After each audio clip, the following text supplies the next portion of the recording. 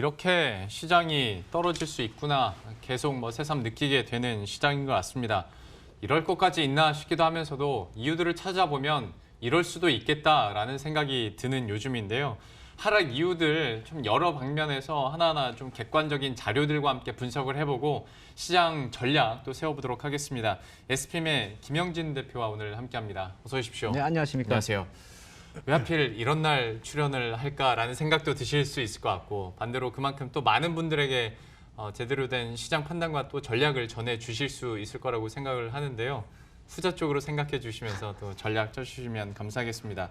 악재들이 워낙 많아서 뭐부터 시작해야 될까 모르겠는데 사실 가장 큰 고리라고 한다면 이제 미중 무역 분쟁에 대해서 아니겠습니까? 네. 여기에 대해서는 좀 앞으로의 상황들 또 장기전으로 갈 수밖에 없는 상황인데 실제로 시장에는 얼마만큼 영향을 줄까요? 예, 그래서 지난 금요일에 나타났었던 미국 시장에서 이러한 징후가 먼저 보였다라는 점, 이걸 한번 좀 정리를 해야 될 것 같습니다. 우리 2,000포인트 이미 이탈을 그날부터 했었기 때문에 뉴욕 시장이 조정을 받아도 우리는 피해갈 수 있지 않을까라는 그런 생각들도 있었지만 그 나타난 모습들을 자세히 따져보면은 이것이 단기에는 마무리될 그럴 문제가 아니라 좀 더 커질 수 있는 문제를 내포하고 있었다 이렇게 생각이 됩니다.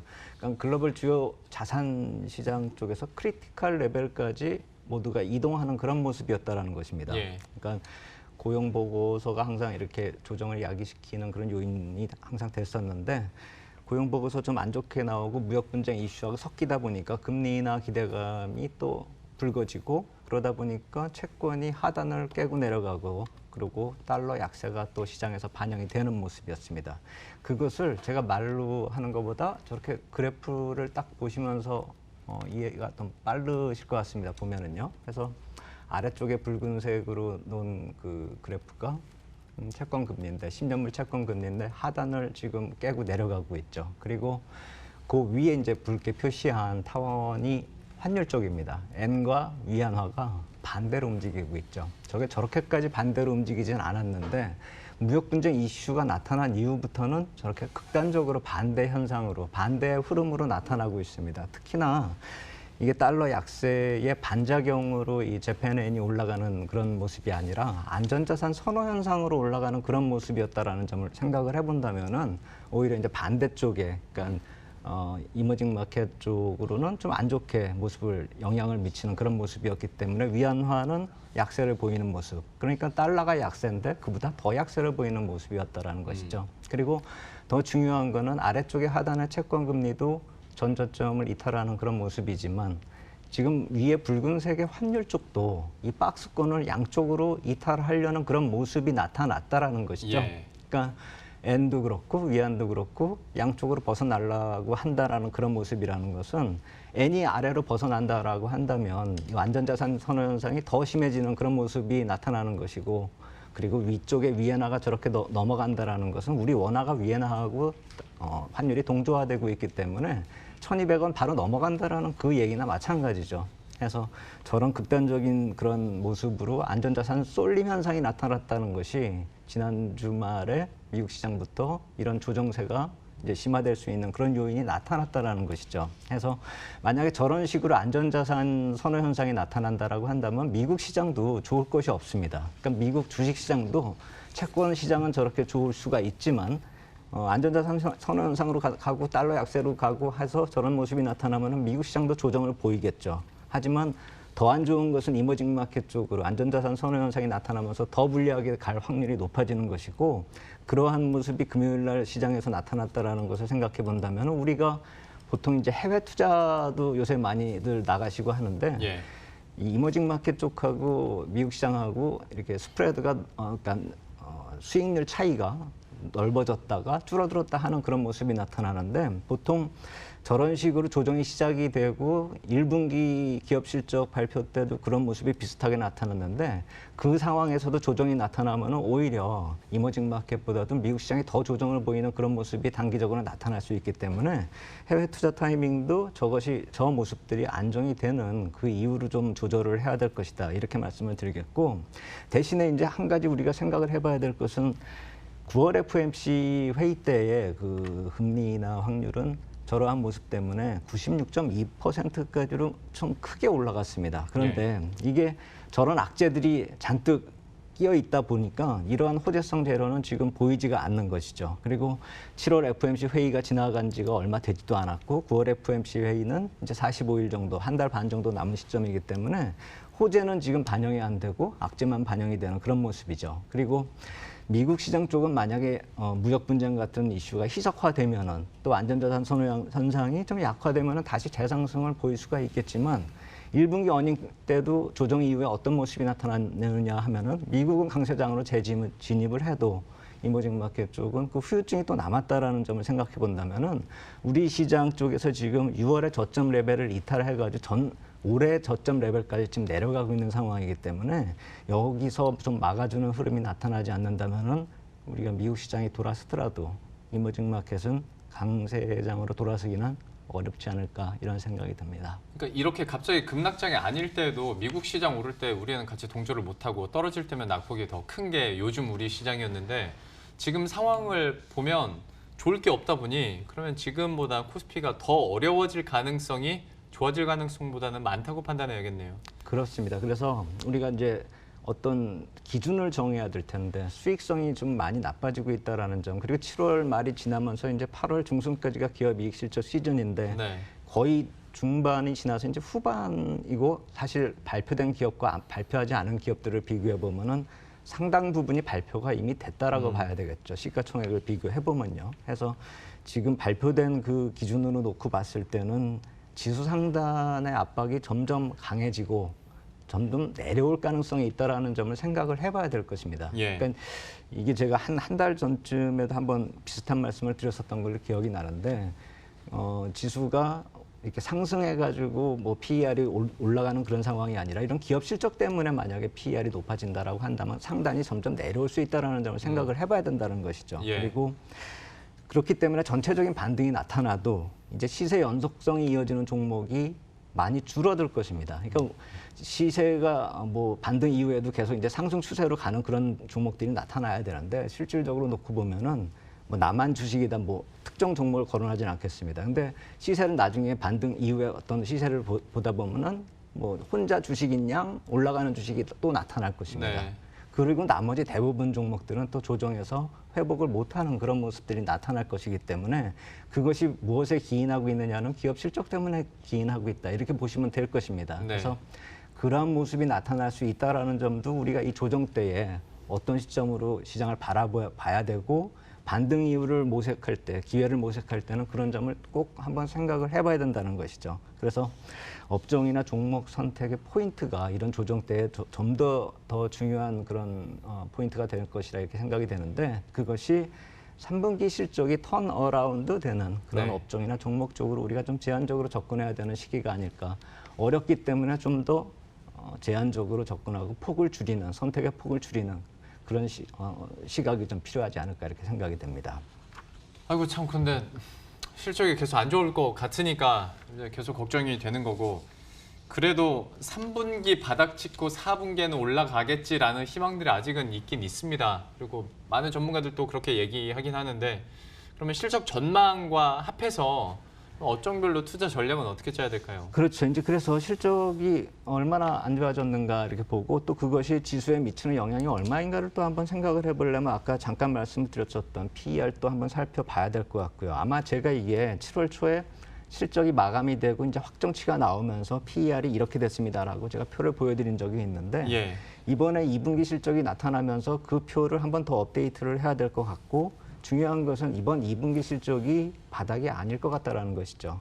이번 실적을 놓고 보니까 전년 대비 한 40%의 수익성 악화가 나타났는데 다음 분기도 비슷하게 나타날 것이라는 것이죠. 조금 나아지겠죠. 근데 비슷하게 흘러갈 것이다라고 생각할 수밖에 없는 것은 지금의 주가를 보면 그렇게 흘러가고 있기 때문이라는 것입니다. 무엇을 말하자고 하면은 주가가 이미 실적을 어느 정도 선반영하고 있기 때문에 지금 3분기 중반으로 들어서고 있는 시점에서 이렇게 신저가를 내는 그런 종목들이 많이 나타나고 있다라는 점을 보면은 다음 분기 실적도 이번 분기 실적만큼이나 좀 안 좋아지지 않을까 그런 생각이 든다 이렇게 말씀을 드리겠고 그 표를 이제 지금 보시고 있는 표를 한번 우리가 보면은 PER 추이가 코스피하고 코스피 200 PER 추이를 보고 있는데 위에 선이 코스피고 아래쪽이 코스피 200입니다. 예. 최근에 조정을 보이기 전에 이제 PER이 올라왔었던 것은 실적 악화를 반영을 하는 것이고요. 거기서 약간 내려오고 있는 것은 주가가 빠졌기 때문에 PER이 낮아지고 있는 것인데 주가가 많이 빠졌다 하더라도 지금 실적이 안 좋아져 올라간 그 PER을 극복하지 못한다고 봐야 되겠죠. 예. 그리고 저 PER 밴드가 아까 말씀드렸듯이 이번 분기의 실적 악화를 반영하면은 빨간색 화살표만큼이 또 올라간다는 것입니다. 네. 이게 40% 정도의 실적의 감소가 나타나면 분기 실적이기 때문에 연간 PER에 미치는 영향은 한 10% 정도 된다는 것이죠. 예. 그래서 지금 현재 지난 주말에 PER을 구해봤을 때 11.7배 정도가 나오는데 만약에 10% 업하면은 12.88배라는 것이죠. 그렇다고 봤을 때 이 12.88배는 저 화살표까지 올라온 것이고 그것이 지난 10년간의 PER 밴드 내에 들어가는 것일 뿐이지 아래쪽 하단으로 내려와서 싸 보인다라는 게 아니라는 것이죠. 네네. 그렇다라고 본다면 지금 2,000포인트를 깨고 내려왔음에도 저평가라고 볼 수 있는 조건이 안 된다라는 것이죠. 예. 기업 실적의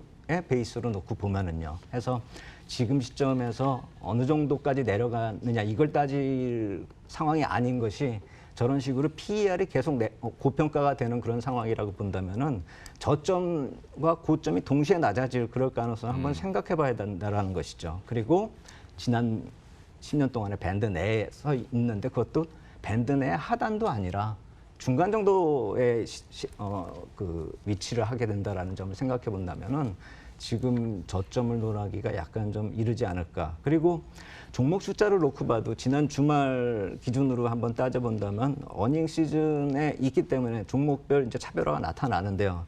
60일 신고가를 놓고 봤을 때 60일 신고가를 제가 꼽는 이유는 실적 시즌이기 때문에 60일 그 가격이 그 분기 그 실적을 반영한다는 그 차원에서 말씀드렸을 때 신고가가 5개 그리고 신저가가 250개나 됐습니다. 그러니까 오늘 같은 폭락장에선 제가 구할 필요가 없다라고 생각이 돼서 네.